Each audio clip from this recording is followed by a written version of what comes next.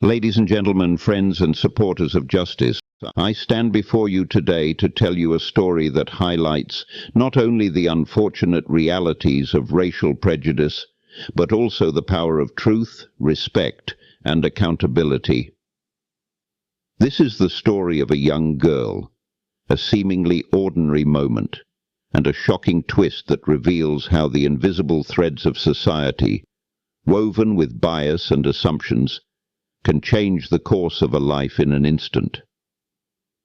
Daisy Jack was an ordinary 14-year-old girl living in a bustling city.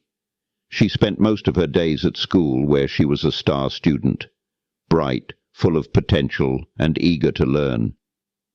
After school, she always walked home, taking the same route through the neighborhood, with her inhaler always tucked safely in her backpack. Daisy had asthma, but it didn't define her. She was just a regular teenager. On this particular day, the sky was clear, the sun was shining, and it seemed like nothing could spoil Daisy's mood as she walked home. But unbeknownst to her, the moment she crossed onto that street, her life would change forever. It wasn't the weather that would decide the course of her day. It was an encounter with Officer Thomas, who was about to make a series of life-altering assumptions about her. As she passed by the local park, a police car slowly drove past her, slowing down. The officer in the car watched her carefully, his eyes scanning her like a predator. Daisy, unaware of the scrutiny, continued her walk. She had no reason to fear the man in the uniform, at least not yet. The car stopped. The officer rolled down the window and called out, "Hey, you! Stop right there!" Confused, Daisy looked up. She didn't recognize the officer, but she wasn't doing anything wrong. Still, she complied and stopped walking. "What's in the bag?" the officer demanded, his tone abrupt and commanding. Daisy didn't understand. She wasn't doing anything illegal, and she certainly hadn't been acting suspiciously. She looked at the officer, who was glaring at her as if he expected a response. "I'm just walking home from school," Daisy said, her voice trembling slightly. She had no idea why she was being stopped. "ID. Now," the officer snapped, completely disregarding her initial explanation. Daisy felt her heart race. She didn't carry an ID yet. She was too young, and her mother had told her it wasn't necessary for her to carry one on her way home from school. But the officer's presence was intimidating, and his demand was firm. He was treating her like a criminal for no reason other than her being a black teenager in the wrong place at the wrong time. I don't have one," Daisy replied hesitantly, trying to keep her voice calm. "I'm just walking home." "Let me see your bag," he barked, his voice colder now. Daisy, frightened and confused, tried to keep her composure. She took a step back, clutching her bag tightly to her chest. "Please, I don't know why you're stopping me," she pleaded. Officer Thomas was already making assumptions about Daisy. To him it didn't matter that she was just a girl walking home. It didn't matter that she had done nothing wrong. The officer saw her as suspicious simply because of the color of her skin. He believed that the fact she was black meant she was likely up to no good. His mind quickly moved to conclusions he had made about young black people in the neighborhood. He was sure that Daisy must have been carrying something illegal in her bag. "You've got something to hide, don't you?" Officer Thomas growled, his hand resting on the baton on his belt. He wasn't listening to her words. He had already made up his mind. The conversation took a darker turn when Daisy suddenly started feeling tightness in her chest. Her asthma was kicking in. She had been walking for a while, and the exertion, combined with her anxiety about the officer's aggressive approach, was making her feel short of breath. She reached into her bag, her hands shaking, and pulled out her inhaler. She didn't have time to explain. She needed it, and she needed it now. But before she could use it, Officer Thomas reached out and snatched the inhaler from her hand. "What do you think you're doing?" he sneered. "You don't need this. What's this for, huh?" Daisy's heart skipped a beat. "Please," she begged, her voice barely a whisper. "It's for my asthma. I need it. Please give it back." But the officer wasn't listening. He held the inhaler in his hand like a trophy, inspecting it as if it was evidence of some crime Daisy had committed. "You think I'm stupid," he said coldly. "I know what this is for. You're hiding something, and I'm not letting you go until I find out what it is." Daisy's vision began to blur. She could feel the panic rising in her chest as she struggled to breathe. Every second felt like an eternity. She couldn't believe this was happening. Her body felt heavy, and the lack of oxygen made her dizzy. She begged the officer again, pleading for him to return her inhaler. "Please, I can't breathe. I need it." But Officer Thomas wasn't budging. He kept his firm grip on the inhaler, still convinced that Daisy was hiding something. His bias had clouded his judgment entirely. He was no longer just questioning her. He was actively preventing her from getting the help she needed. Just as Daisy felt she might collapse from the lack of air, a new voice broke through the tension. "Daisy, what's going on here?" The voice was calm but firm. It was the voice of a father who knew something wasn't right. Daisy looked up, her heart racing in relief. Standing there in front of the officer was none other than her father, Special Agent Marcus Jack. Daisy's father worked for the FBI, and although he wasn't dressed in his official uniform, there was no mistaking his presence. The officer looked shocked. "Daisy, are you okay?" her father asked, rushing to her side. The officer hesitated, and for a brief moment it seemed like time had stopped. Officer Thomas now realized who Daisy's father was. He was no longer just some random civilian, but an FBI agent, someone with real power. "Officer, give her inhaler back. Now," Marcus Jack demanded, his voice steady and authoritative. For the first time, Officer Thomas hesitated. His face turned pale as he processed the situation. He had just accosted a young girl, taken her medical device and subjected her to unnecessary stress, only to find out she was the daughter of a highly respected member of law enforcement. I didn't know," Officer Thomas muttered, his arrogance now replaced by unease. Marcus Jack, standing tall and unwavering, didn't let the officer off the hook. "That's not the point. The point is, you didn't even give my daughter a chance. You didn't listen. You assumed that because she was black, she must have been doing something wrong." Daisy stood there, still trying to calm her breathing, but the trauma of the moment lingered. She couldn't believe the officer had done this to her. She was just a kid, just trying to get home.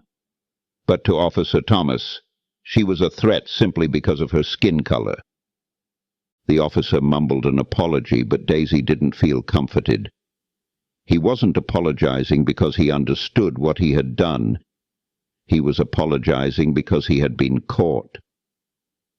As Daisy's father helped her walk away from the scene, Daisy couldn't help but wonder how many other young people like her had been mistreated simply because of the color of their skin. She had seen it on the news. Stories of injustice, of black children and adults being wrongly accused and harmed by law enforcement. But this time, it was different. Daisy had a father who was willing to stand up for her. Not every black child had that. Not every child had the protection that came from a father in a position of power. This encounter was a reminder of the pervasive issue of racism in society. It wasn't just an isolated incident.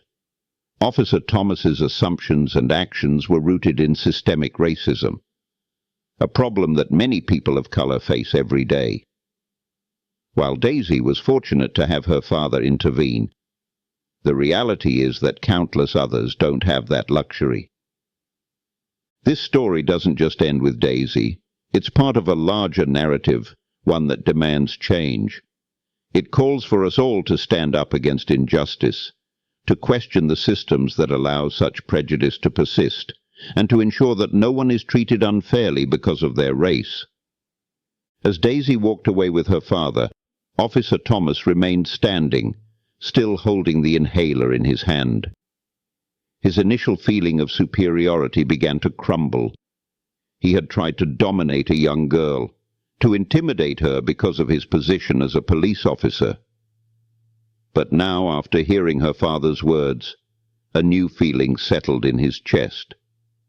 Guilt. He had been so sure of his actions, so confident in his ability to control the situation. But now, standing there, he couldn't help but feel small. His behavior, his assumptions about Daisy, were all rooted in racism, something he had never consciously acknowledged before. For the first time, Officer Thomas began to question the biases that had shaped his actions. He wondered how many others had suffered because of these unconscious judgments. His thoughts raced. But the one thing he couldn't escape was the deep sense of regret for how he had treated Daisy. As they walked down the street, Marcus Jack's pace was steady, but his mind was racing. He wanted to make sure Daisy was okay, but he also couldn't shake the anger that had bubbled up inside him. He had spent years fighting for justice, for equality, and yet here he was, having to step in to protect his own daughter from a system he had sworn to serve. "Daisy, are you okay?" he asked, his voice softening. Daisy nodded, but she still felt the weight of the moment pressing on her chest. "I'm okay, Dad. But I don't understand. Why did he do that? Why did he treat me like that?" Marcus sighed, pausing for a moment to gather his thoughts. "Because, Daisy, there are still people who judge others based on the color of their skin. They don't see you for who you are. They see you as a threat. That's what we're up against."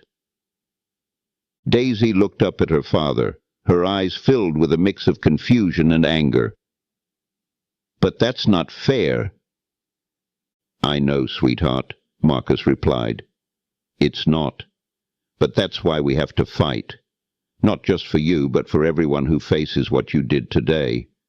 We can't let it go unnoticed." The next day, news of the incident spread. It wasn't long before local news stations picked up the story, and it quickly went viral on social media. The hashtag #DoJusticeForDaisy began trending, as people from all over the country rallied behind her. The story of the young black girl, wrongfully accused and mistreated by a racist cop, struck a chord with many who had experienced similar struggles. Marcus Jack found himself in the middle of a media storm. He was contacted by reporters, community leaders, and activists who wanted to know more about what had happened. But Marcus wasn't interested in the attention. His focus was on making sure Daisy felt safe and supported, and on ensuring that Officer Thomas's actions didn't go unchallenged. The incident, though painful, had sparked something in Daisy. She realized that her voice mattered, that her story could make a difference. She began to speak out about what had happened to her, sharing her experience with her friends and family. She became more aware of the challenges faced by people who looked like her, and she vowed to fight for justice in her own way. "I don't want anyone else to go through what I went through," Daisy said one evening as she sat with her father, reflecting on the events of the past few days. Marcus smiled, proud of his daughter. "You've got a lot of strength, Daisy. More than you know. Your voice is powerful. Don't ever let anyone silence it." Daisy nodded, her resolve growing stronger. She knew her journey wasn't over, but she also knew that with her father's support, and with the support of the community behind her, she could make a difference. In the days that followed, Officer Thomas's actions came under heavy scrutiny. Video footage of the incident taken by a bystander surfaced online. People watched in horror as a police officer harassed a young girl for no reason other than her race. It was clear that his behavior was not only unprofessional, but also deeply rooted in prejudice. The department conducted an internal investigation, and Officer Thomas was placed on administrative leave pending the outcome. Meanwhile, protests erupted outside the police station, with people demanding accountability for the officer's actions. Marcus Jack, who had initially refrained from making any public statements, found himself at the forefront of the movement. He spoke at rallies, demanding justice for his daughter and for the countless others who had been mistreated by law enforcement because of their race. He became a symbol of strength and determination, advocating for real change within the police department. As the investigation into Officer Thomas continued, it became clear that his past behavior had been a pattern.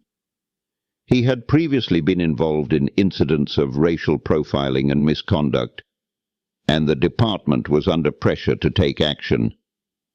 Ultimately, Officer Thomas was fired from the force. Daisy's story became a catalyst for change. It wasn't just about one racist cop, one wrongful action. It was about the larger system that allowed such behavior to persist. Marcus Jack used his platform to push for reform within the police department, advocating for better training on racial bias and for more accountability for officers who abused their power. The media coverage of Daisy's case sparked conversations across the nation about the need for systemic change in law enforcement. People from all walks of life joined the movement, demanding justice not just for Daisy, but for all black children and families who had been subjected to racial profiling and violence at the hands of the police. In the weeks that followed, Daisy became a powerful voice for the next generation. She spoke at rallies, met with lawmakers, and became an advocate for racial justice. Her story inspired thousands of young people, especially black girls, to speak out against injustice and to stand up for their rights. "I want everyone to know," Daisy said in one of her interviews, "that we're not just statistics. We're not just the victims of what happened. We're survivors, and we're going to fight for a better world, no matter what it takes." Her words echoed across the nation, and people began to see her not just as a victim of racism, but as a young woman who was taking a stand. She was the future of change. As Daisy walked away with her father, Officer Thomas remained standing, still holding the inhaler in his hand. His initial feeling of superiority began to crumble. He had tried to dominate a young girl, to intimidate her because of his position as a police officer. But now, after hearing her father's words, a new feeling settled in his chest: guilt. He had been so sure of his actions, so confident in his ability to control the situation. But now, standing there, he couldn't help but feel small. His behavior, his assumptions about Daisy were all rooted in racism, something he had never consciously acknowledged before. For the first time, Officer Thomas began to question the biases that had shaped his actions. He wondered how many others had suffered because of these unconscious judgments. His thoughts raced, but the one thing he couldn't escape was the deep sense of regret for how he had treated Daisy. He had mistreated her for no reason other than her race. His gut tightened as he considered how this could have gone differently if he hadn't acted on his prejudice. As they walked down the street, Marcus Jack's pace was steady, but his mind was racing. He wanted to make sure Daisy was okay, but he also couldn't shake the anger that had bubbled up inside him.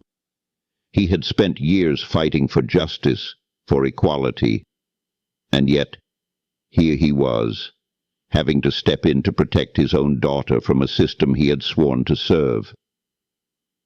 "Daisy, are you okay?" he asked, his voice softening. Daisy nodded, but she still felt the weight of the moment pressing on her chest. "I'm okay, Dad. But I don't understand. Why did he do that? Why did he treat me like that?"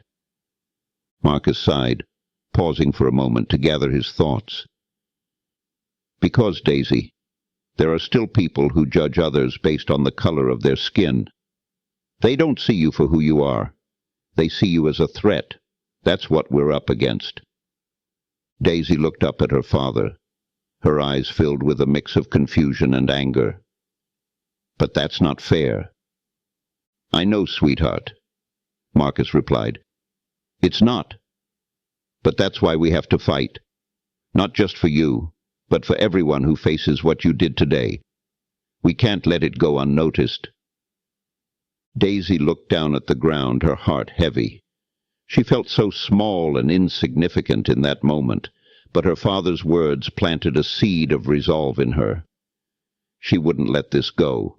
She would be the voice for herself and others who had faced the same treatment. The next day, news of the incident spread. It wasn't long before local news stations picked up the story, and it quickly went viral on social media.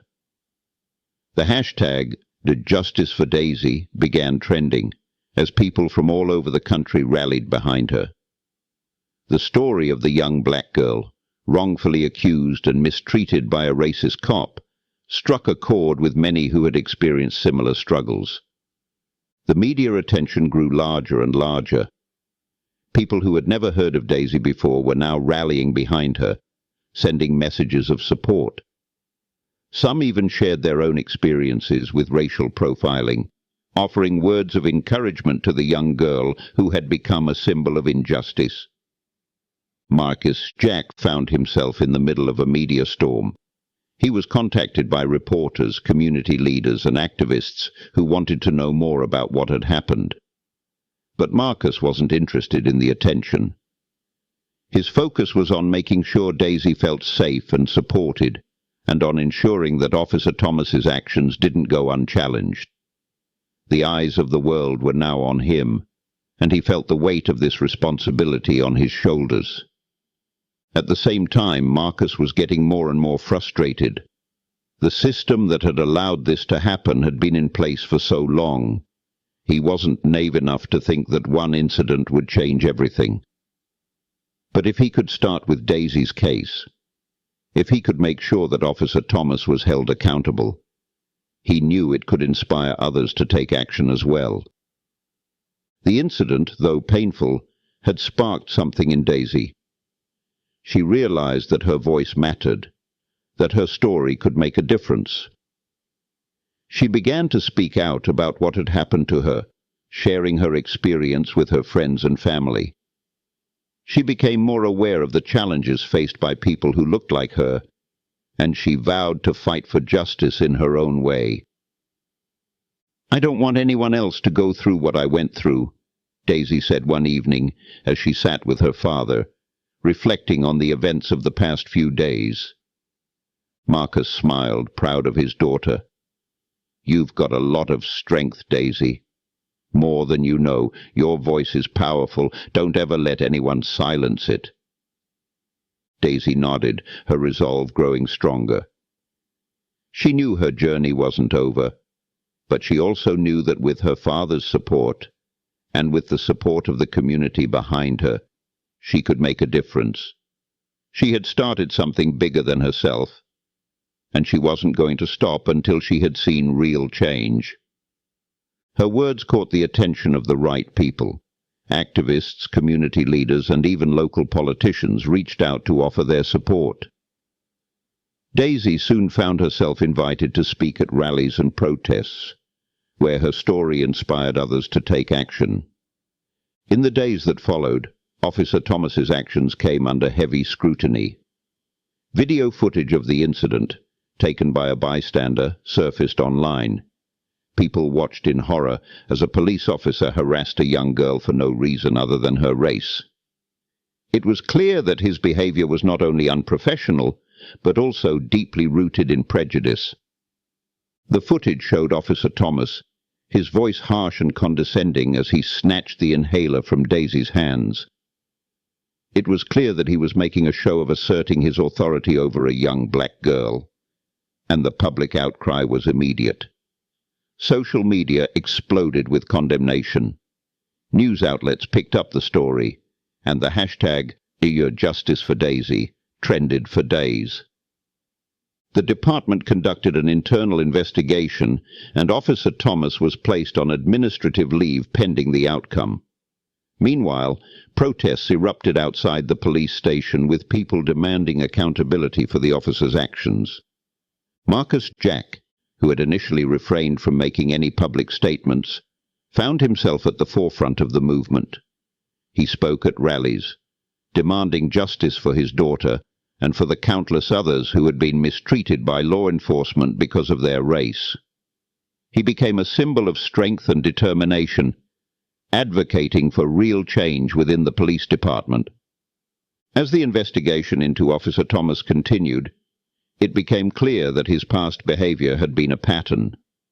He had previously been involved in incidents of racial profiling and misconduct, and the department was under pressure to take action. Ultimately, Officer Thomas was fired from the force. Daisy's story became a catalyst for change. It wasn't just about one racist cop, one wrongful action. It was about the larger system that allowed such behavior to persist. Marcus Jack used his platform to push for reform within the police department, advocating for better training on racial bias and for more accountability for officers who abused their power. The media coverage of Daisy's case sparked conversations across the nation about the need for systemic change in law enforcement. People from all walks of life joined the movement, demanding justice not just for Daisy, but for all black children and families who had been subjected to racial profiling and violence at the hands of the police. At the same time, Marcus knew that this wasn't just about the police. It was about the way society viewed black people, especially young black children. He pushed for programs that could educate communities on racial equity, and offered resources for young people to understand their rights and stand up for themselves when faced with injustice. In the weeks that followed, Daisy became a powerful voice for the next generation. She spoke at rallies, met with lawmakers, and became an advocate for racial justice. Her story inspired thousands of young people, especially black girls, to speak out against injustice and to stand up for their rights.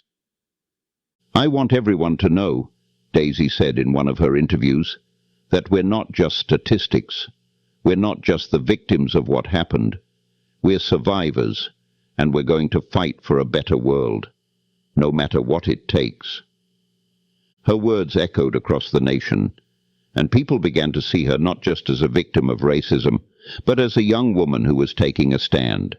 She was the future of change, a symbol of hope for those who had been oppressed for far too long. As Daisy continued her advocacy, her father stood by her side. Together they became a force for good. They weren't just fighting for justice in their own lives. They were fighting for justice for everyone who had ever been mistreated because of their race. As Daisy's case gained more attention, her community became a critical part of the conversation. People from all walks of life, especially those from marginalized backgrounds, began to share their stories. It was no longer just about Daisy and Officer Thomas.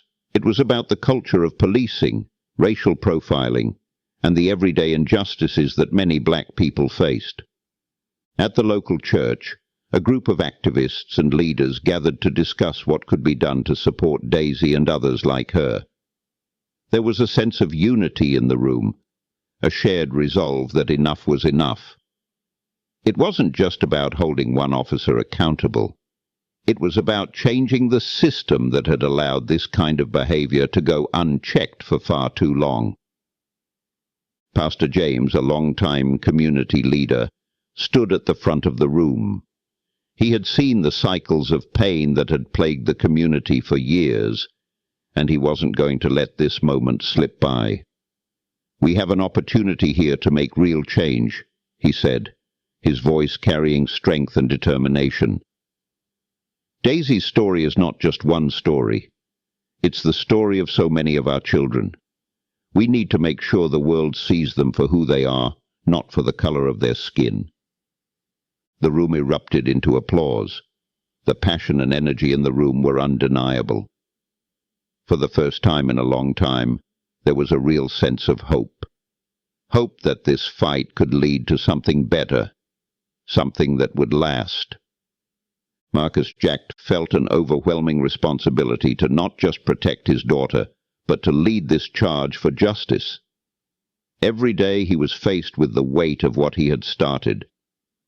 As a former FBI agent, he had seen the inner workings of the law enforcement system. He knew how deep the biases went, and how hard it would be to change things. But he was determined. One night, as Marcus sat alone in his study, he reflected on how far he had come. It wasn't just about Daisy anymore.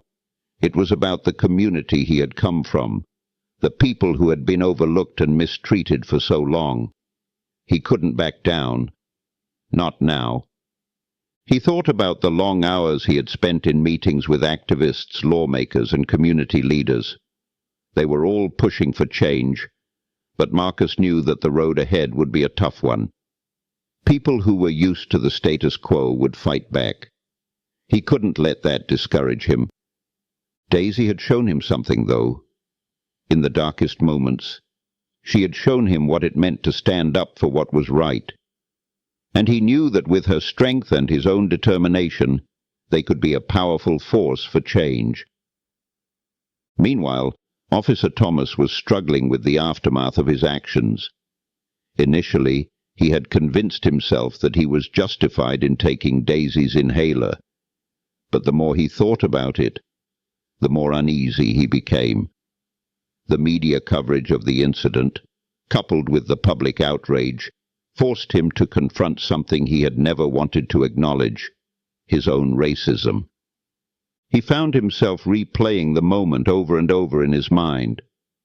He remembered how Daisy had tried to explain herself, how her eyes had shown confusion and fear, and how he had dismissed her completely. He had been in a position of power, but instead of using that power to protect, he had abused it. One evening, Officer Thomas sat alone in his apartment, staring at his reflection in the mirror. For the first time he saw himself through a different lens. He wasn't the righteous officer upholding the law. He was just a man who had caused harm. His phone buzzed with a message from a fellow officer, a friend who had been on the force for years. "Hey man, you okay? I know this whole thing is a mess." Thomas didn't respond. He wasn't sure how to explain the feeling of guilt that had overtaken him. He wasn't sure if he even deserved redemption. He had hurt a young girl, a child, and he couldn't undo what he had done. As the investigation into Officer Thomas continued, the court of public opinion began to take center stage. News outlets and social media platforms became battlegrounds for different perspectives on the incident. People rallied around Daisy, posting messages of support and demanding justice. At the same time, some attempted to defend Officer Thomas, claiming that he was simply doing his job. These arguments, however, quickly fell flat when confronted with the overwhelming evidence of his misconduct. Daisy's story had become emblematic of the larger issues surrounding race and law enforcement. It wasn't just about one bad cop. It was about a system that allowed this kind of behavior to persist unchecked.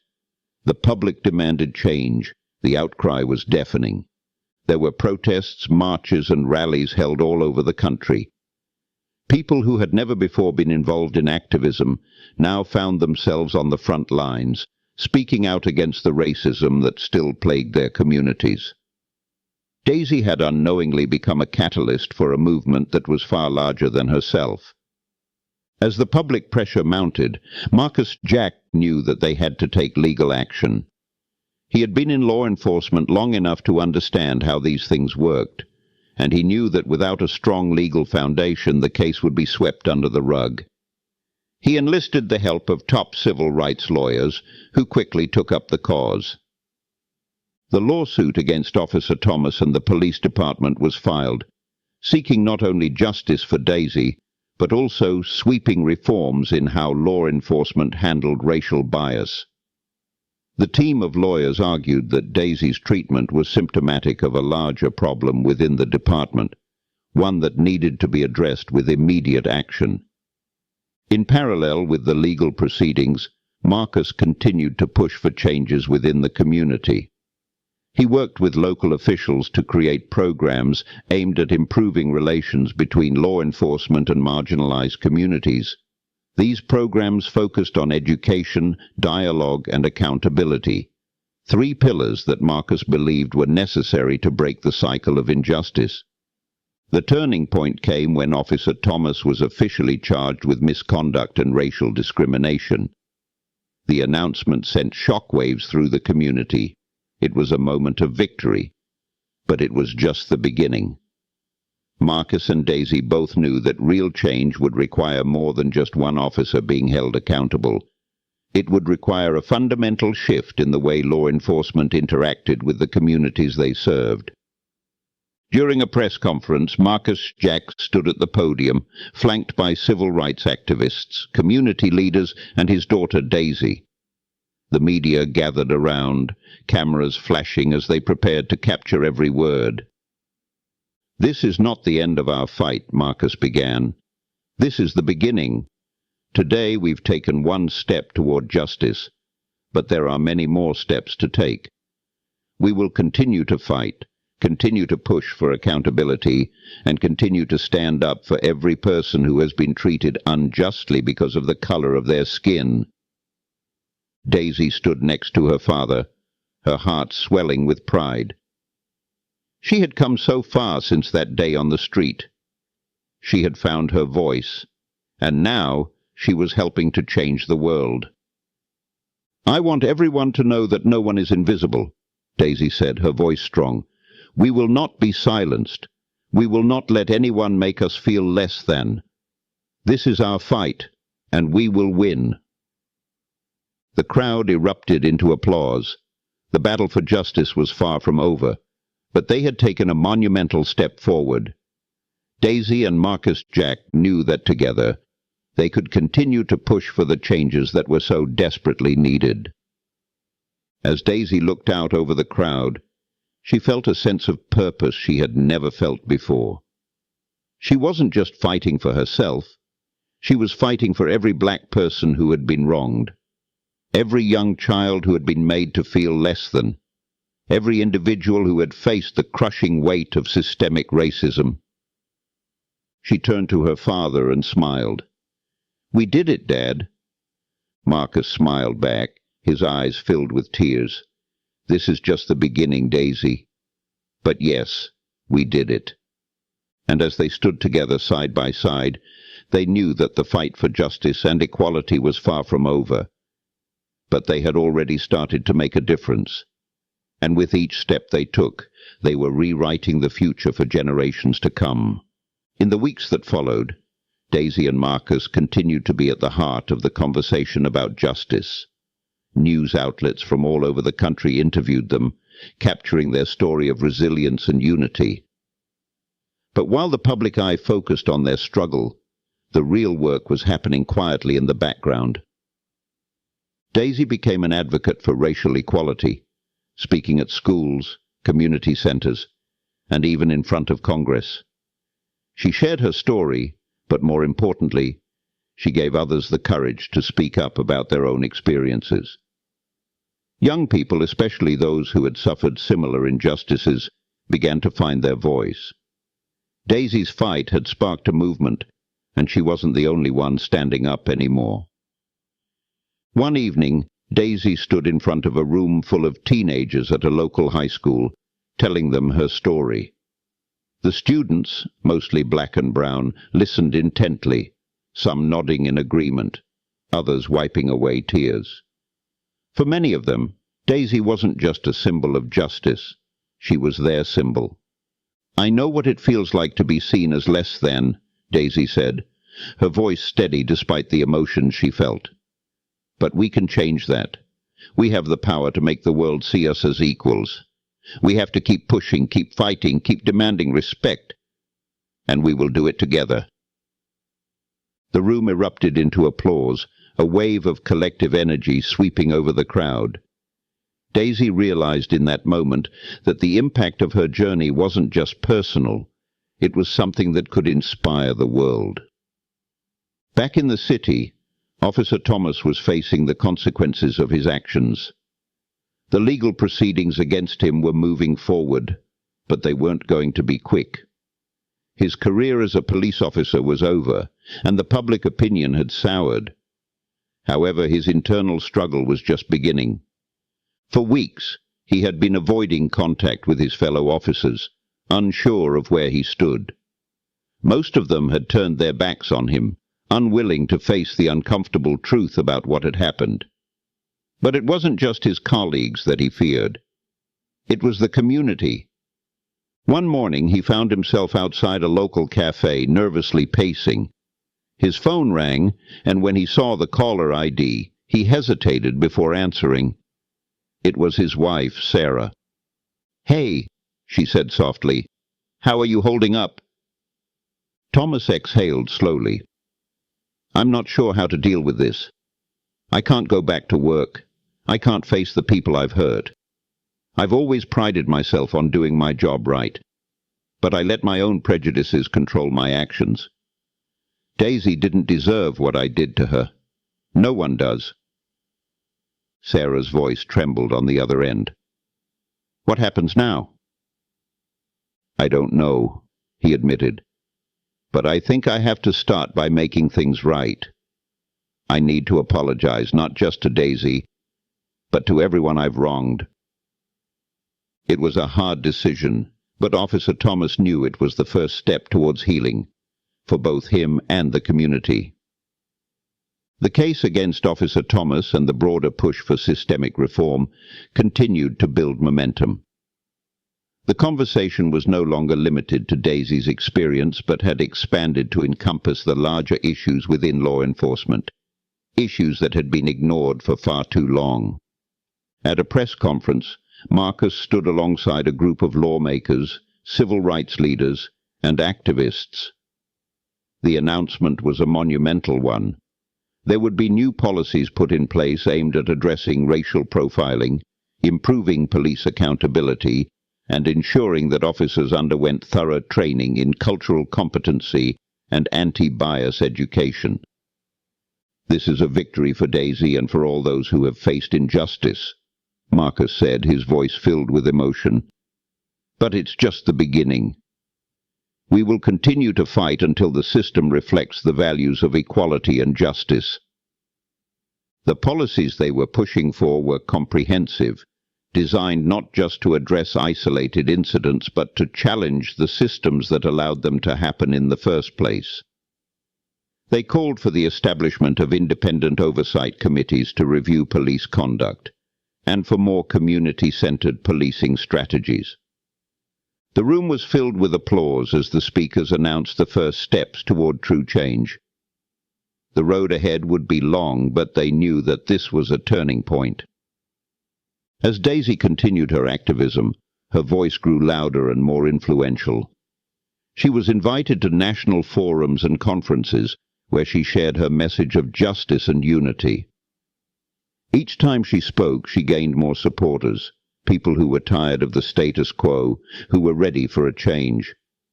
But despite her newfound fame, Daisy never lost sight of her roots. She kept her focus on the community that had supported her from the beginning, the people who had fought for her before she became a symbol. One day, Daisy received an invitation to speak at the United Nations in New York. It was an opportunity to take her fight for racial justice to the global stage. The invitation was an honor, but Daisy knew that it wasn't about her. It was about the millions of voices that had been silenced for far too long.